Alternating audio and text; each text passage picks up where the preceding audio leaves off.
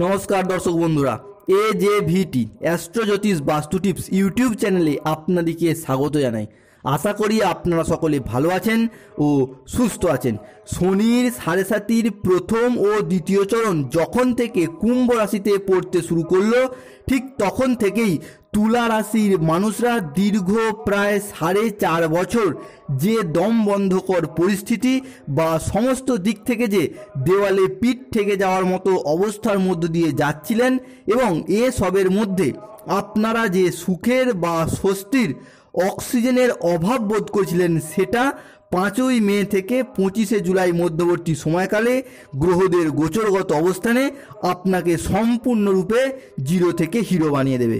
অর্থাৎ এতদিন পর কোন কোন জায়গাগুলিতে তুলা রাশির মানুষরা স্বস্তির নিঃশ্বাস ফেলবে এবং ঠিক কোন কোন জায়গাগুলিতে সাবধান না থাকলে তুলা রাশির মানুষদের কিন্তু ব্যাঘ্রার সৃষ্টি হতে পারে, এমন 10টি গুরুত্বপূর্ণ ভবিষ্যৎবাণী নিয়ে আমরা হাজির হয়েছি, যেগুলি জানা থাকলে তুলা রাশির মানুষদের আগামী দিনগুলিতে পথ চলার পথে এগিয়ে যেতে সাহায্য করবে। সমস্ত আলোচনাটাই হবে রাশিচক্রে গ্রহদের গোচরগত অবস্থান এবং নক্ষত্র ভিত্তিক আলোচনা, তাই কোনো প্রকার মন ভোলানো কথা নয়, সম্পূর্ণ সঠিক তথ্য ও তুলা রাশির ক্ষেত্রে কোন গ্রহ কোন ঘরে প্রবেশ করছে এবং দৃষ্টি দিচ্ছে ও কি কি ফল প্রাপ্তি হবে তা জানতে হলে ভিডিওটি শেষ পর্যন্ত দেখুন।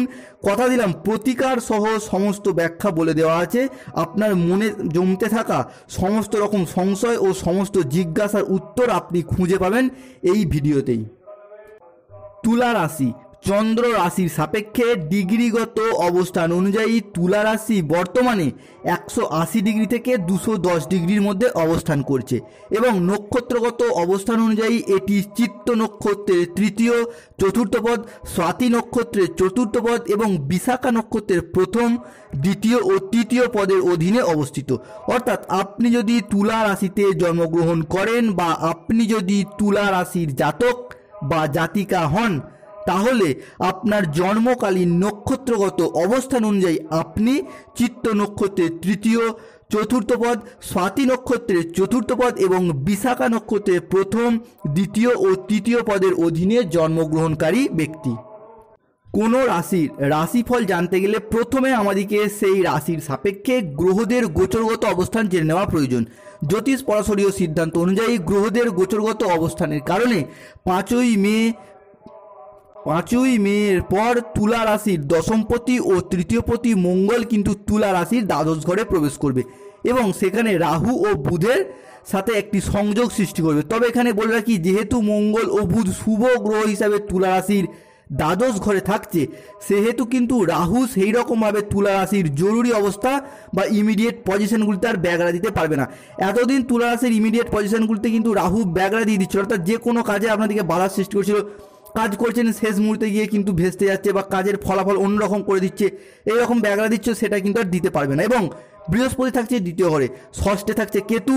আমরা জানি কেতু হচ্ছে মস্তকবিহীন গ্রহ, তাই কেতু কিন্তু দেখতে না পাওয়ার কারণে সে সর্বদা কিন্তু গুরুকে খুঁজে নেয়। সেটা কিন্তু বর্তমানে আপনাদের রাশিচক্রের দ্বিতীয় ঘরে অবস্থান করছে দেবগুরু বৃহস্পতি, এবং আপনাদের রাশিচক্রের ঠিক একাদশ ঘরে কিন্তু বর্তমানে শনি অবস্থান করছে 5ই মে থেকে 25শে জুলাই পর্যন্ত। তাহলে এই ওভারঅল ট্রানজিটটা এবং শনি বৃহস্পতি কেতু সূর্যের যোগ ও রাহু মঙ্গলের গ্রহণ যোগটি অনেক তাৎপর্যপূর্ণ হতে চলেছে।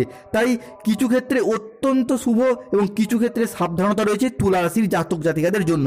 তাই ভিডিওটি শেষ পর্যন্ত দেখতে থাকুন, আশা করি আপনার অমূল্য সময় বিফলে যাবে না।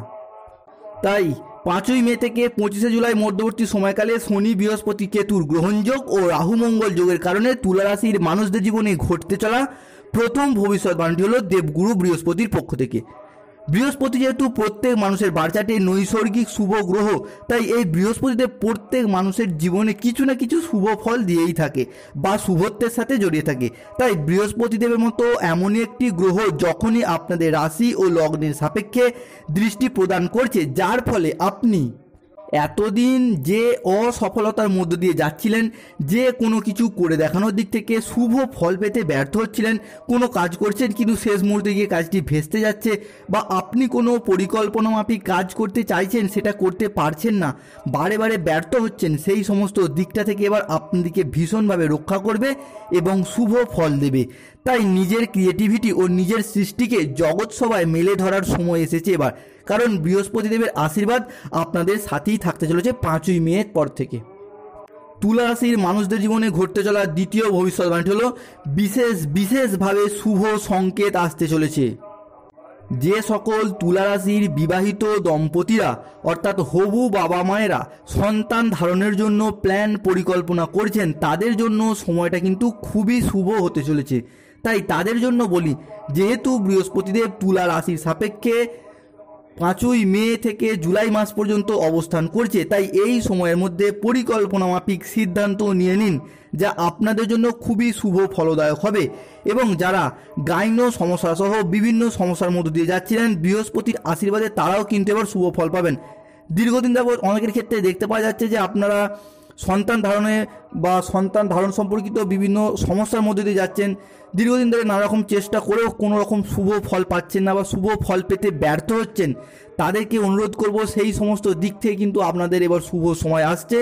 আপনারা পরিকল্পনা মাফিক সিদ্ধান্ত নিন, দেখবেন বৃহস্পতির আশীর্বাদে আপনাদের জীবনে নতুন অধ্যায়ের শুরু হবেই হবে। তাই এই সমস্ত দিক থেকে আপনারা শুভ ফল পেতে, যেহেতু এই বছরটি শনিদেবের বছর চলছে, আপনারা প্রতিদিন বাড়িতে 28 বার থেকে 108 বার শনিদেবের নাম জপ করুন এবং শনিদেবের আশীর্বাদ পেতে কমেন্ট বক্সে অবশ্যই একবার লিখুন, জয় শ্রী শনি মহারাজের জয়। তুলা রাশির মানুষদের জীবনে ঘটতে চলা তৃতীয় ভবিষ্যৎবাণীটি হলো বিশেষ সাবধানতা। এই সময়কালের মধ্যে তুলা রাশির মানুষদিকে যে জিনিসটার প্রতি অত্যন্ত সচেতন থাকতে হবে তা হলো অর্থ খরচ বৃদ্ধি।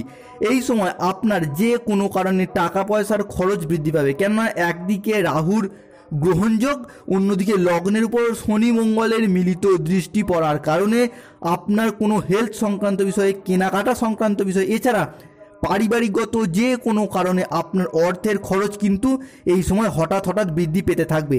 এমন দিকে বা এমন বিষয়ে অর্থ খরচ হয়ে যাবে যা আপনি কখনো আশাই করেননি। আবার এই সময় অনেকের ক্ষেত্রে এমনও হতে পারে যে হঠাৎ কিছু ঋণ নেওয়ার প্রবণতা বা কোনো কিছু সম্পত্তি বা জিনিস বা আপনার কোনো শখের বা পছন্দের জিনিস বিক্রি করার প্রবণতাও আপনার মনে দেখা দেবে, বা ঋণ নেওয়ার প্রয়োজনও হয়ে উঠতে পারে আপনাদের। এতটাই অবস্থার মধ্য দিয়ে আপনাদেরকে যেতে হতে পারে। পাশাপাশি বলে রাখি, এই সময় আপনাদের ক্ষেত্রে অর্থের ইনকাম ভালো রকম থাকলেও কিন্তু টাকাটাকে কিন্তু আপনি সঠিক জায়গায় কাজে লাগাতে পারবেন না, ভুলভালভাবে টাকাটা খরচ হয়ে যাবে। এই সময় সঠিক জায়গায় সঠিকভাবে কাজে লাগানোর চেষ্টা করে যান। তুলা রাশির মানুষদের ক্ষেত্রে দেখা যাবে মঙ্গলের দৃষ্টি লগ্নের উপর পড়ার কারণে অর্থের যোগান কিন্তু আপনাদের থেকে যাবে, তবে সেই অর্থটাকে সঠিকভাবে কাজে না লাগানোর জন্য অযথা ব্যয়ের কিন্তু একটা ভাবও কিন্তু আপনাদের দেখতে পাওয়া যাচ্ছে। তাই অর্থের জায়গায় এই মুহূর্তে তুলা রাশির মানুষদের জন্য একটা বাঁধ দেওয়ার প্রয়োজন এসেছে, অর্থাৎ অর্থের খরচে একটু থেমে থাকা দরকার। তুলা রাশির মানুষদের জীবনে ঘটতে চলা চতুর্থ ভবিষ্যৎবাণীটি হলো বিবাহ সংক্রান্ত বিষয়। রাশি ও লগ্নে শনি মঙ্গলের দৃষ্টি বিবাহ ক্ষেত্রে শুভ এবং অশুভ দুটি ভাবেরই ফল দেবে তুলা রাশি ও লগ্নের মানুষটিকে। একদিকে মঙ্গলের দৃষ্টি পড়ার কারণে আপনাদের রাশিচক্রে বিবাহ যোগ সৃষ্টি হচ্ছে, বা অনেকের ক্ষেত্রে বিবাহ হয়েও যাচ্ছে বা হয়েও যাবে। তবে শনির দৃষ্টি আপনাদের একাদশ ঘরে রয়েছে, সেখান থেকে সপ্তম ঘরে পড়ার কারণে বিবাহ সংক্রান্ত বিষয়ে আপনাকে যে জিনিসটার প্রতি সব থেকে বেশি সচেতন থাকতে হবে তা হলো বিবাহের কথাবার্তা ঠিক হয়ে যাওয়ার পরেও খুব কাছের আত্মীয় স্বজন ছাড়া বা বিশেষ কাউকে বেশি এই বিবাহ ঠিক হয়ে যাওয়ার কথা জানাবেন না। কেননা বিশেষ ক্ষেত্রে দেখতে পাওয়া যাচ্ছে আপনার ফ্যামিলি সংক্রান্ত কোনো বিষয়ে, আপনার পরিবারে বা পাড়া প্রতিবেশী সংক্রান্ত কোনো বিষয়ে, বন্ধু সংক্রান্ত কোনো বিষয়ে, আত্মীয় স্বজন সংক্রান্ত কোনো বিষয়ে আপনার বিবাহে কিন্তু বাধা দেওয়ার চেষ্টা করতে থাকবে বা ব্যাগরা দেওয়ার চেষ্টা করার সম্ভাবনা দেখতে পাওয়া যাচ্ছে। অর্থাৎ বিবাহের কথাবার্তা ঠিক হয়ে গেলেও অনেক আগে থেকে বেশি কাউকে জানানোর প্রয়োজন নেই। এক্ষেত্রে একটু চিন্তা ভাবনা করে সিদ্ধান্ত নেওয়ার চেষ্টা করুন। এবং আরেকটা কথা বলবো, তা হলো অনেকের ক্ষেত্রে দেখতে পাওয়া যাচ্ছে যে মাঙ্গলিক দোষ থাকার কারণে অনেকের ক্ষেত্রে বিবাহের বাধা আসছে বা বিবাহের সন্ধান আসছে না, বা সন্ধান নিলেও আসতে দেরি হচ্ছে, বিবাহ ক্ষেত্রে অনেক দেরি হয়ে যাচ্ছে, বয়স হয়ে যাচ্ছে। তাদের ক্ষেত্রে বলবো হয়তো আপনাদের মাঙ্গলিক দোষ বা মাঙ্গলিক যোগ যাই বলুন না কেন, সেটা সৃষ্টি হবার কারণে আপনাদের রাশিচক্রে এই সমস্যা দেখা দিচ্ছিল অবিবাহিত ব্যক্তিদের ক্ষেত্রে বা বিবাহ বিচ্ছেদকারী ব্যক্তিদের ক্ষেত্রে। তাদের জন্য বলবো, আপনাদের এই সমস্ত সমস্যা থেকে মুক্তির জন্য আপনারা অনন্তমূল গাছের শিকড় ধারণ করুন, নিশ্চিত রূপে শুভ ফল পাবেন। ছেলেরা ডান হাতে এবং মেয়েরা বাম হাতে ধারণ করুন অনন্তমূল গাছের শিকড়, তাহলে নিশ্চিত রূপে শুভ ফল পাবেন। এবং কিভাবে ধারণ করতে হবে সেটি ভিডিও শেষে বলে দেওয়া হচ্ছে, ভিডিওটি শেষ পর্যন্ত দেখতে থাকুন। তুলা রাশির মানুষদের জীবনে ঘটতে চলা পঞ্চম ভবিষ্যৎবাণীটি হলো বিশেষ শুভ সংকেত আসতে চলেছে। তুলা রাশির পঞ্চমপতি ও অষ্টমপতি বৃহস্পতি তুলা রাশির দ্বিতীয় ভাবে দৃষ্টি প্রদান করেছে। জ্যোতিষশাস্ত্র অনুযায়ী ভাবপতি ভাবকে দেখলে ভাবের বৃদ্ধি হয়।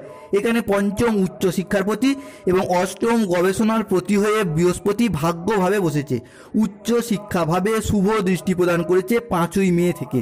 এই সময় বা এর পরবর্তী মাসগুলিতে তরুণ প্রজন্মের মানুষরা যদি কোনো উচ্চশিক্ষা বা কোনো গবেষণামূলক শিক্ষা বা কোনো কম্পিটিশনমূলক শিক্ষার প্রতি বিশেষ মনোযোগী হয়, তাহলে সেটা তুলা রাশি ও লগ্নের মানুষদের জীবনে মজবুত ভাগ্য গঠনের ক্ষেত্রে সহায়ক হবে।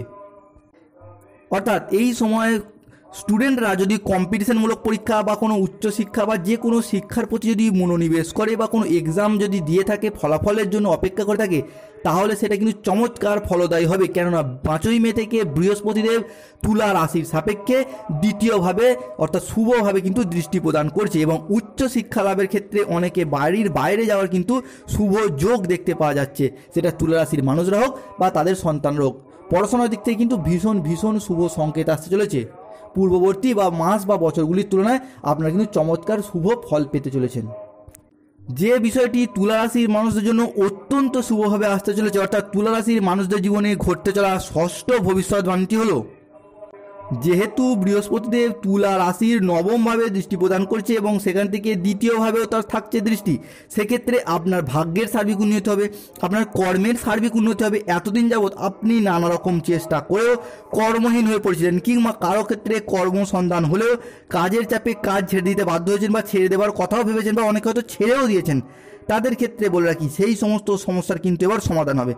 যেহেতু এখানে বৃহস্পতিদেব নবমপতি এবং দ্বিতীয়পতি তথা কর্মপতিভাবে আপনার রাশিতে অবস্থান করেছেন, সেহেতু তুলা রাশির মানুষদের জন্য কিন্তু খুবই ভালো সময় আসতে চলেছে। অর্থাৎ কর্মহীনদের কিন্তু কর্ম যোগাবে তুলা রাশির মানুষদের ক্ষেত্রে বৃহস্পতি 5ই মের পরবর্তী সময়কাল থেকে। পাশাপাশি আপনাদের ক্ষেত্রে অনেকের ক্ষেত্রে দেখতে পাওয়া যাচ্ছিল যে বেহিসাবিভাবে বা অকারণে টাকা যে ব্যয় হয়ে যাচ্ছিল বা টাকাটাকে এমন জায়গায় কাজে লাগালেন সেখানে কোনো লাভই হলো না, সেই দিকটা থেকে কিন্তু আপনাদেরকে এবার ভীষণভাবে রক্ষা করবেন বৃহস্পতিদেব।